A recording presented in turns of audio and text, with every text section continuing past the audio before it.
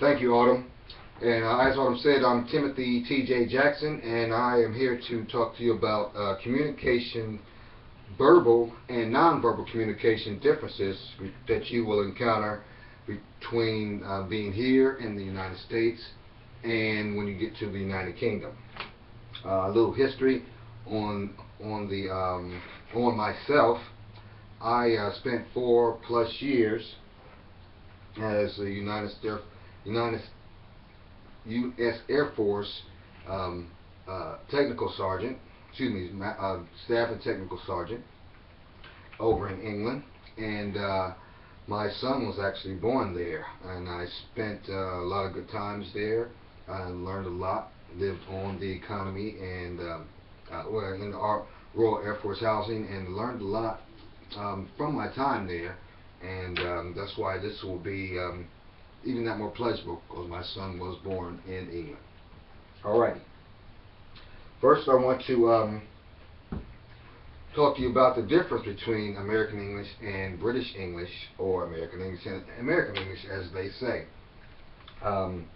The differences, the verbal differences, there will be spelling differences that you will find when you get over there. The way they, will be I before E or something to that effect. There are verbal differences that you will encounter. Verbal writing differences that you will encounter. And there are also terms and phrases that are probably even more of a challenge than the nonverbal.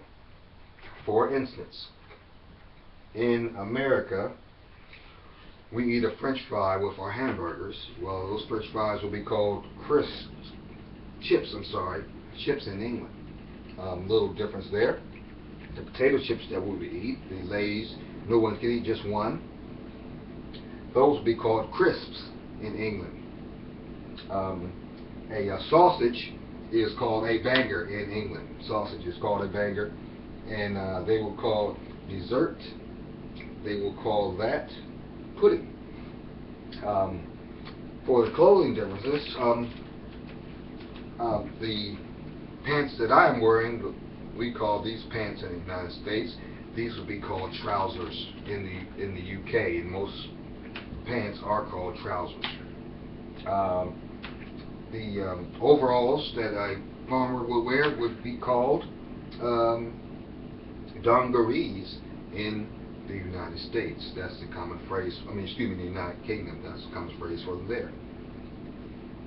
And a costume party would be considered a fancy dress party. One more thing. For instance, another communication difference would be a trash or garbage in the United States. That would be called rubbish and or litter in the United Kingdom. Soccer and football, you probably already know the difference.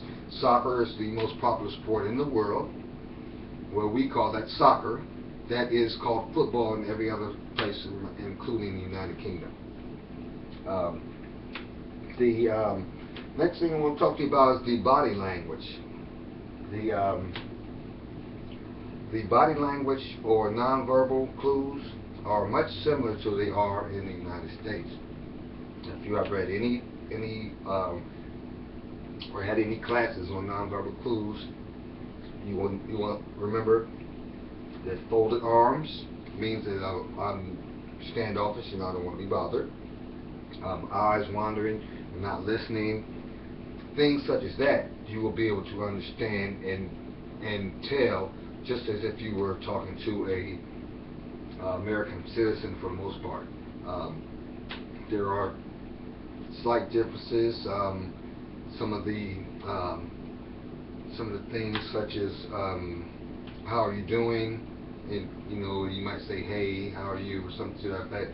It might be a little bit different phrase or terminology, but all back to the non-verbal, it's pretty much the same as you will find in the United Kingdom.